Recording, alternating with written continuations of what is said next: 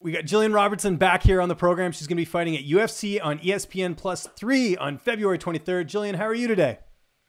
I'm doing great. Just finished a hard training session and 2 weeks out now, so I'm really excited. Yeah, it's coming up pretty quickly. And you and I were supposed to do this interview this morning, but USADA came in. I know it took a bit to get everything. How was that whole experience this morning? I mean, it's never good, but, just take me to that, call you got this morning. It's definitely always a surprise. I feel like they always come at usually 7 a.m. So this time it was at 11, so it was better for me. But still, I have no worries with that. So it is what it is. It's just routine. Right. Are they cool about it? Or are they kind of annoying? They're like, you got to do it right now? Or how are they to deal with?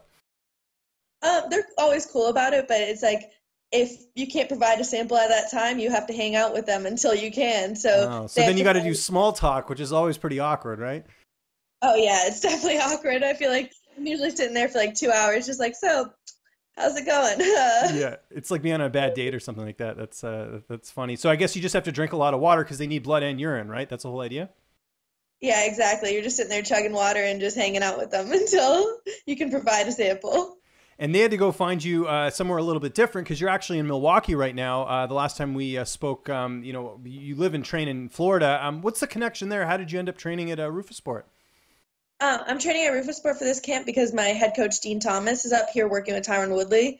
So I don't feel comfortable without doing a camp without him. So I came up here just to spend the last 2 weeks of my camp with him, and we've just been training every single day, 2 or 3 times a day usually. So it's been good hard work for me, and I love it up here. And who did you get to train with at Roufusport? Uh, of course, I have Jose Shorty Torres is here. He's from Chicago, so he's been traveling an hour and a half to help get me some work. I got to train with Sergio Pettis this week, and it's just awesome. I feel like the amount of talent they have in such a small gym there. That's cool. Is any plans to go back there in the future, or is it only if Dean goes there and does any work? I'm going wherever Dean goes. Okay, cool. So he could go to like Alaska, you'd go with him. Like it doesn't matter, right? Like you need that Yeah. coaching and you're comfortable with him, right? That's the big thing. 100%. I've been with Dean since I was 16 years old, so it's like his style is my style. So wherever he's going, I'm holding onto his ankle. He's dragging me with him. Okay, that's great. Let's talk about your last fight. Losses are never fun to talk about, but you always learn from your losses, right? What did you take away from that performance at UFC Fight Night 137? It was definitely, I feel like like I said, I feel like I need Dean for my camps, and that was a short notice fight, 3 weeks notice, and I didn't have Dean in my camp at all. He was up here with Tyron working the whole time. So it was like, that's what I feel like made the biggest difference for me. So walking in there, I just wasn't 100% prepared mentally, I guess. I started doubting myself a little bit. But now I've been doing a lot of mental work, a lot of meditating and reading. And of course, like I said, I'm making the change of coming up here with Dean and spending my camp with him. And he puts the time into me and makes sure that my game plan is absolutely in my mind, where it's to the point where it's deja vu when I walk in there. I just know what to do. Okay, that's great. And let's talk about your opponent here, Veronica Macedo. 5-2-1 record. How do you feel like you match up against her here?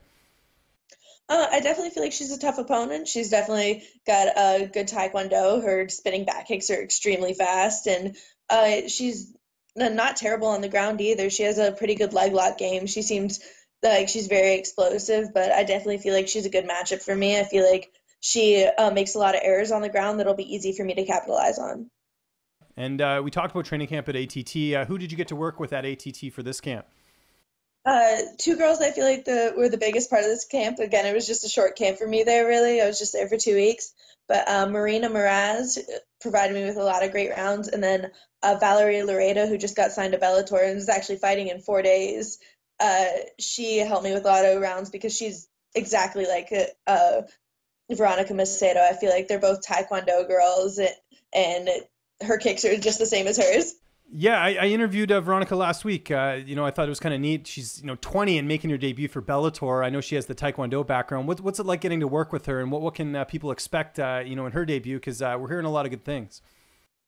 She's definitely a very explosive fighter, very aggressive, and she's gonna come forward fast with her Taekwondo and her striking, no doubt. Okay, and how's the weight cut going? And because you have to travel so far, do you have to alter that cut at all? Maybe cut a little bit more in the States, or do you just do it all down there? Honestly, my weight has been perfect this time. I'm walking really low right now, so it's just like I'm feeling strong and I've been walking 134 right now. So it's going to be nothing for me next week. It's not even a worry in my mind right now. Okay. And you mentioned Dean. Who else is going to be in your corner for this fight? Dean's actually not going to be in my corner for Oh, this really? fight. Okay. Okay. Yeah, I just came up here to have camp with him because Tyron's fight's the week after mine, so really can't afford to take that time away from Tyron. But I'm gonna have Kayla Rocco in my corner, Oh, nice. who's K-Rock. yeah, Yeah, I know her. she's one of my main training partners at ATT, and we've been together for 2 years now, where we're drilling every single day. So she's flying, she's competing at with EFC in South Africa right now, and she's gonna be flying from South Africa straight up to Prague for me.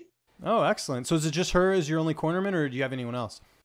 Yeah, she's the only person in my corner. Okay. Is that one of those situations where the UFC will only pay for one corner person for this fight? They do, but that's not the reason why. It's really, I feel like Dean's the only person that I would really want in my corner, and otherwise, I just need someone to help me warm up. I feel like he gets me mentally prepared for the fight weeks before and gets me ready, like I said, to the point where it's deja vu when I walk in there. So he's the only person I really work with, and the only person who I feel like really knows me well enough to be in my corner. Otherwise, Kayla's going to be there to help me drill fight week, and then she's going to be there to help me warm up before the fight.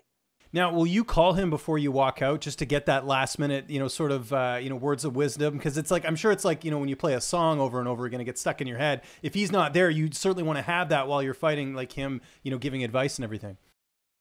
I am definitely texting him all through fight week. Like he's giving me all my training sessions I'm doing. He's giving me all my warm ups and everything. And like I said, I feel like just the weeks before with a good fight camp with him, I feel so mentally ready and I feel confident going in there no matter what. Because when the cage door closes, like honestly, he hardly talks anyway. Whenever as a corner, like I can tell you everything he said to me in the last fight that he cornered me in because there's only like two or three things he said. And because he feels like I should be ready walking in there, I should be able to make my own decisions, and I feel like that too. How do you see this fight playing out on February 23rd?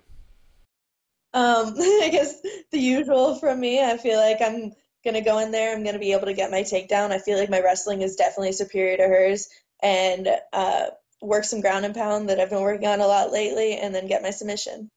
What's next for you after this fight? Not looking past your opponent here, but this is a short notice fight. I imagine the next time you want like a full camp and, have everything lined up and preferably fight in the States because you've been doing a lot of international travel.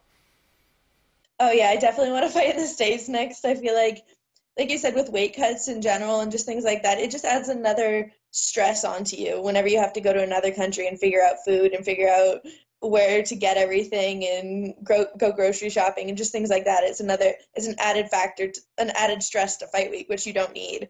So I definitely want to fight in the States, and I heard there's a card in coming to Miami in April, so I'd love to be on that local for me. Okay. I know you're born in Canada, but you've basically been raised in the U.S. Any thoughts of ever fighting in Canada at all?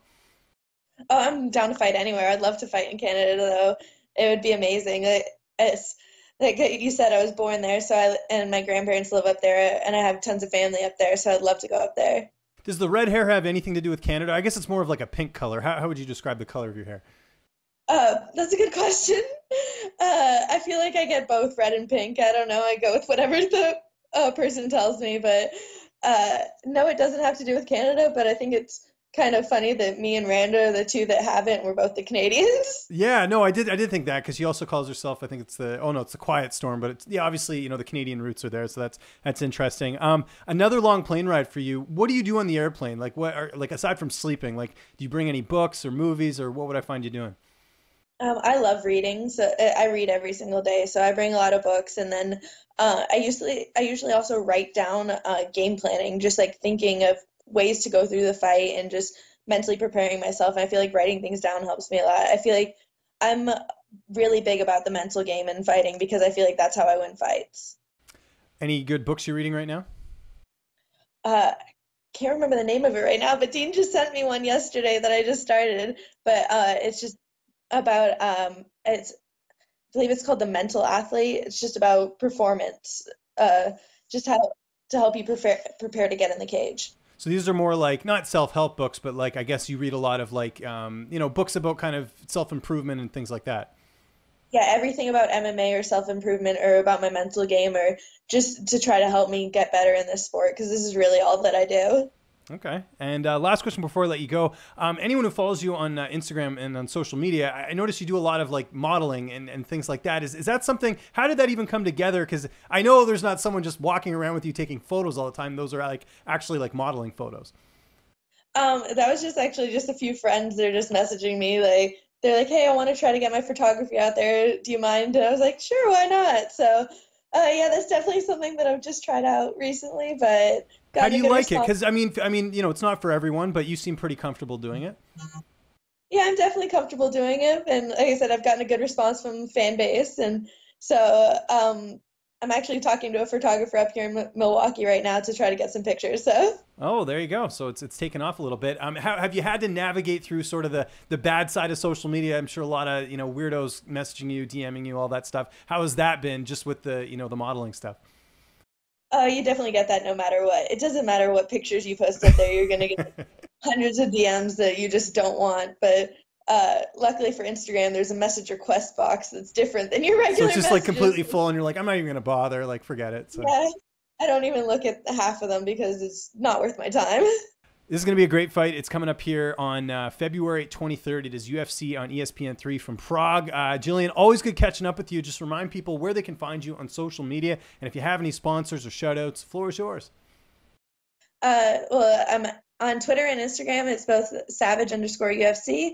And sponsors, I have Creating Better Days CBD, FTWR brand, where you can get a Savage shirt, show some support, and Chef Fit Meal Prep, who has helped me with this weight cut. Like I said, it's been easy as anything. So those are three companies that support me no matter what.